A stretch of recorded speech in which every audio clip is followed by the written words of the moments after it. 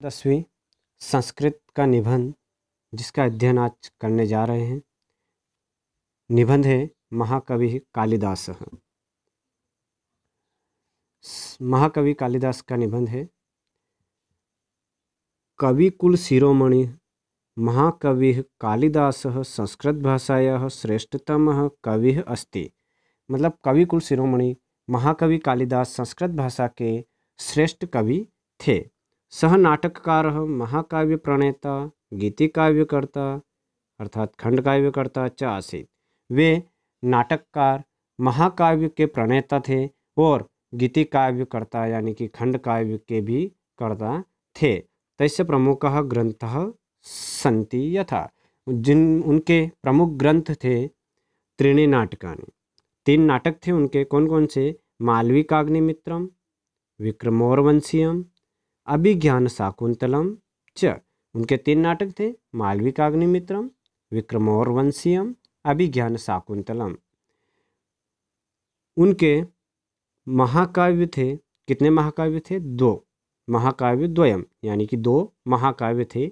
रघुवंशम कुमार संभवम च। रघुवंशम और कुमार संभवम इनके 2 महाकाव्य थे।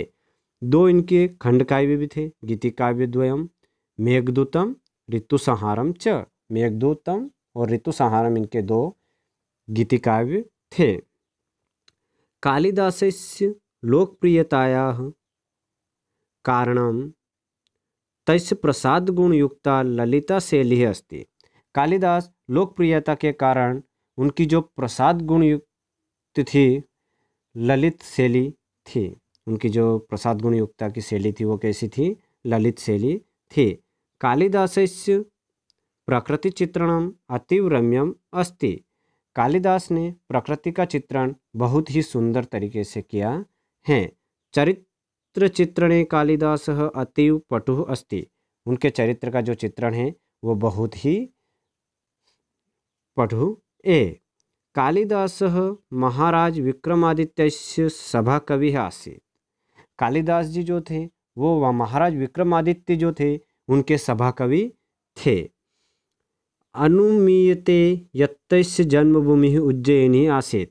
ऐसा माना जाता है, अनुमान है कि उनकी जो जन्मभूमि थी वो क्या थी? उज्जयिनी थी। मेघदूते, मेघदूते यानी कि खंडकाव्य महाकवि कालिदास का क्या है? खंडकाव्य है। मेघदूते उज्जयिन्यः भव्यम वर्णनम विद्यते। उनका जो खंडकाव्य है मेघदूतम उसमें उज्जयिनी का भव्य वर्णन देखने को मिलता है। कालिदासस्य कृतिषु कृत्रिमतायाः अभावः अस्ति। कालिदास की जो कृतियाँ हैं उसमें कृत्रिमता का पूर्ण रूप से अभाव है। कालिदासस्य साहित्ये काव्य सौंदर्यम रस निरूपणम च सर्वत्र दृश्यते। कालिदास जो थे उनका जो साहित्य है उसमें काव्य सौंदर्य और रसों का निरूपण संपूर्ण रूप से दिखता है या देखने को मिलता है। तस्य सूक्तयः सुधा शक्ति चेतोहराः सन्ति।